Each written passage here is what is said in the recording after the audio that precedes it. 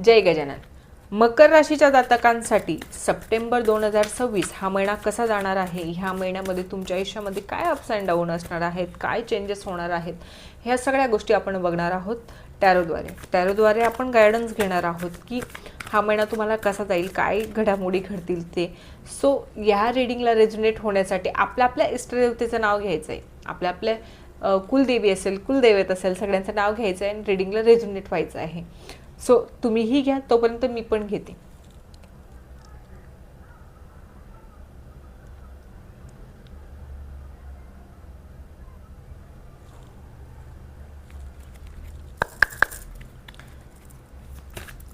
चला आपण आता सुरुवात करूया आणि सगळ्यात अगोदर आपण जॉबवाल्यांसाठी बघू की जॉबवाल्यांसाठी हा महिना कसा असणार आहे. काही गोष्टींना ना फक्त हार्डवर्क करणं गरजेचं नसतं.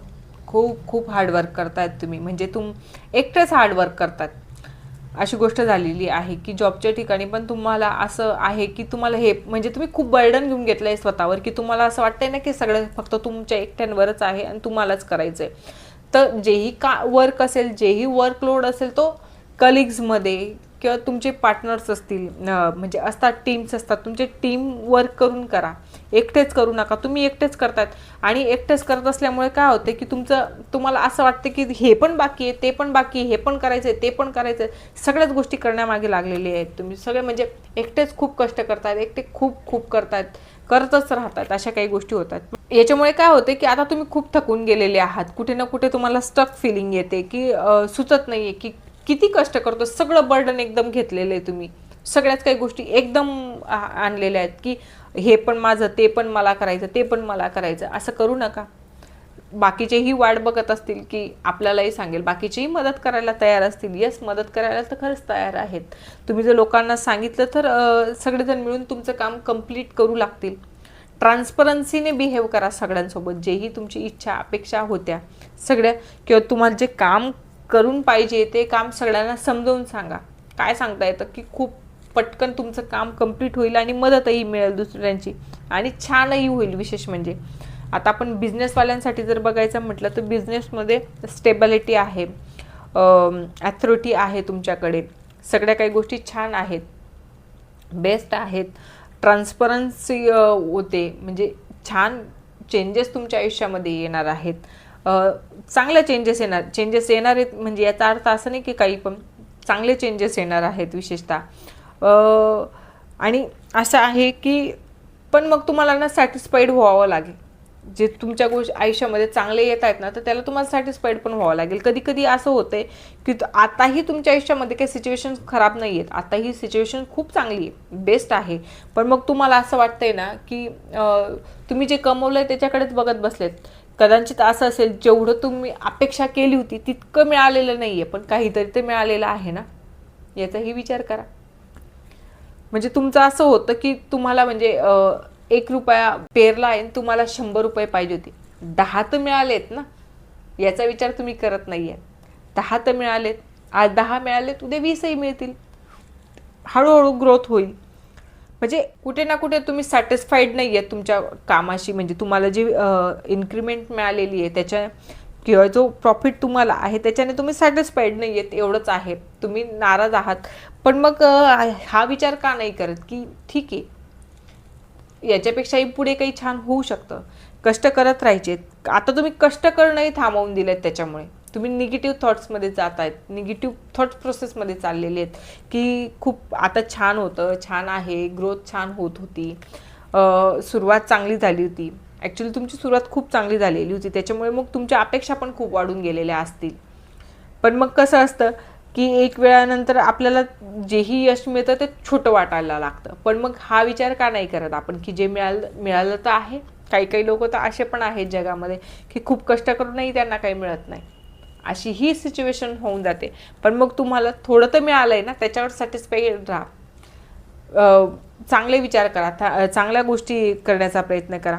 आहे, पैसा नाही आहे तुमच्याकडे असं नाही आहे, फक्त तुम्ही खूप अपेक्षा केली होती. म्हणजे असतं, एखाद्याची प्लॅनिंग असते की मी एवढे अशा प्लॅनिंगने जर गेलो ना तर मला इतका पैसा मिळेल, इतके मला प्रॉफिट होणार आहे, हे असतं, प्रत्येकाचं असतं.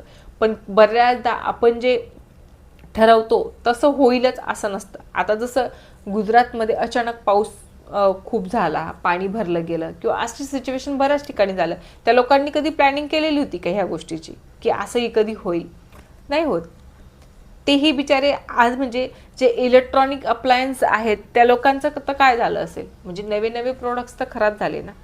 इतर कपडा मार्केट वगैरे तर जाऊ द्या, ते नवीन क्लीन ड्राय क्लीन वगैरे करू शकतात, पण इलेक्ट्रॉनिक्सवाल्यांचं काय झालं असेल? तर ह्या काही गोष्टी आपण आपल्या थॉट्सला थोडं चेंज करून, थोडं माइंडला रिलॅक्स करून काही गोष्टी करायच्या असतात. परिवाराचा विचार केला असता तर तेच मग जे तुम्ही वर्कलोड आहे, जे वर्कमध्ये अनसॅटिस्फाईड आहात, त्याच्यामुळे मग तुम्ही घरात पण काही गोष्टी चुकीच्या करतात आणि असं होतंय मग की घरातलेच तुमच्या विरोधात जायला उभे आहेत. घरातले पण तुम्हाला म्हणजे असं होत आहे की तुमची एक अपेक्षा असेल की मी करत तर फॅमिलीसाठीच होतो, आता फॅमिलीच माझ्यासोबत उभी नाही आहे, ही सिच्युएशन तुमची येईल. फॅमिलीही तुमच्या थोडंसं विरोधात जाईल. फॅमिली पण तुमच्या म्हणजे पाठीत खंजीर खुपसल्यासारखी गोष्ट होणार आहे की तुम्ही खूप अपेक्षा होती तुम्हाला तुमच्या फॅमिलीकडनं की काही नाही असलं तरी चालेल पण फॅमिली असणार आहे. सो अशी सिच्युएशन येईल. पण एक गोष्ट लक्षात ठेवा की हळूहळू सगळी सिच्युएशन कंट्रोलमध्ये येऊन जाईल. हळूहळू काही गोष्टी चेंज होत राहतील. थोडा त्रास आता तुम्हाला वाटतोय पण पुढे जात राहा. त्याच गोष्टींवर, त्याच विचारांवर, त्याच थॉटवर थांबून काही होत नाही. थोडं पुढे जात राहा, सगळं काही व्यवस्थित होईल.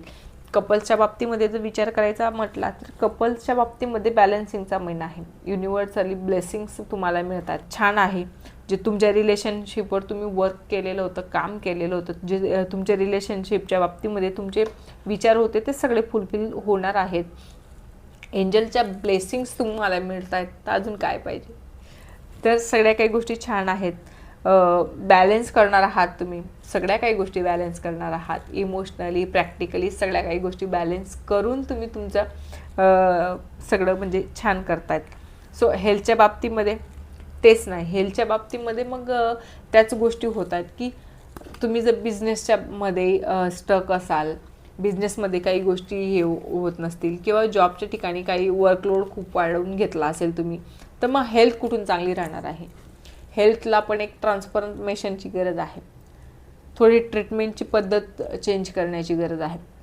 सगळ्या काही गोष्टी, तुमचे थॉट्स चेंज करण्याची गरज आहे. आता हर्डल्स आहेत, आता प्रॉब्लेम आहेत, माहिती आहे प्रॉब्लेम्स येत आहेत. तुम्हालाही वाटते की प्रॉब्लेम्स आहेत, खूप प्रॉब्लेम्स आहेत. नाही आहेत असं नाही आहे, नाही आहेत असं बिलकुल नाही आहे. प्रॉब्लेम्स आहेत, पण किती दिवस चालले जातील, हेही दिवस चालले जातील. एक तुम्ही जर तुमच्या विचारांना, तुमच्या नेहमीच्या सवयींना, तुमची ट्रीटमेंट व्यवस्थित करण्याचा प्रयत्न केला. सगळ्यात अगोदर तर मी तर म्हणते ना, ट्रीटमेंटच्या अगोदर आपल्याला आपल्या विचारांवर खूप काम करण्याची गरज असते. आपल्या विचारांवर, आपल्या माइंडसेटवर काम करण्याची खूप गरज असते. त्याच्यावर जर तुम्ही काम करून घेतलं ना, काही गोष्टी जे घाईघाईमध्ये सगळ्या काही गोष्टी करतायत तुम्ही, घाईघाईमध्ये डिसिजन घेऊन टाकतात. ठीक आहे, एखादी गोष्ट माहिती पडली ना, तो तुम्ही मागचा पुढचा काही विचारच नाही करत, डायरेक्टली बोलून जातात, डायरेक्टली चुकीचा विचार करून मोकळे होऊन जातात. याच्यामुळे प्रॉब्लेम तुम्हालाच होतो, बाकी इतरांना काही प्रॉब्लेम होत नाही आहे. सो ओव्हरऑल महिना मग जर म्हणायचं म्हटलं तर स्टेबिलिटी तर आहे काही गोष्टीमध्ये. ॲथॉराइज आहात तुम्ही काही गोष्टींसाठी, बिझनेस असेल, जॉब असेल, हार्डवर्किंग आहात. फॅमिलीमध्येही काही गोष्टी तुम्ही केलेल्या होत्या, नो डाऊट. पण मग जर सगळ्या गोष्टी ज्या मी गायडन्स दिलेला आहे त्याला जर तुम्ही बघितलं, त्या गायडन्सवरला फॉलो केला, तर मग एक वेळ असा येईल की सगळ्याच काही गोष्टी छान व्हायला लागतील, पॉझिटिव्ह व्हायला लागतील. येस, पॉझिटिव्ह होतील. फक्त तुम्हाला तुमच्या स्वतःवर काम करण्याची खूप गरज आहे. स्वतःचे विचार चेंज करण्याची खूप गरज आहे. स्वतःच्या विचारांना पॉझिटिव्ह नोटवर नेण्याची खूप गरज आहे. विशेषतः जर गायडन्स आवडलं असेल आणि तुम्हाला जर पर्सनल रीडिंग करून घ्यायची असेल तर तसंही स्क्रीनवर नंबर येतोय, त्याच्यावर मेसेज करा. कॉल कुणीही करू नये. त्याच्यानुसार आपण एक वेळ ठरवून घेऊ आणि त्या वेळेनुसार तुम्हाला मी रीडिंग देईल. तुमच्या कन्व्हिनियन्सप्रमाणे वेळ असेल, माझ्या कन्व्हिनियन्सप्रमाणे वेळ असेल, कारण इतरही क्लायंट असतात. सो तुम्हाला हवी असेल तर नक्कीच कॉन्टॅक्ट करा. आणि हो, ही रीडिंग आवडली असेल तर आपल्या चॅनलला लाईक, शेअर, सबस्क्राईब करायला विसरू नका आणि कमेंटमध्ये जय गजानन लिहायला विसरू नका. जय गजानन.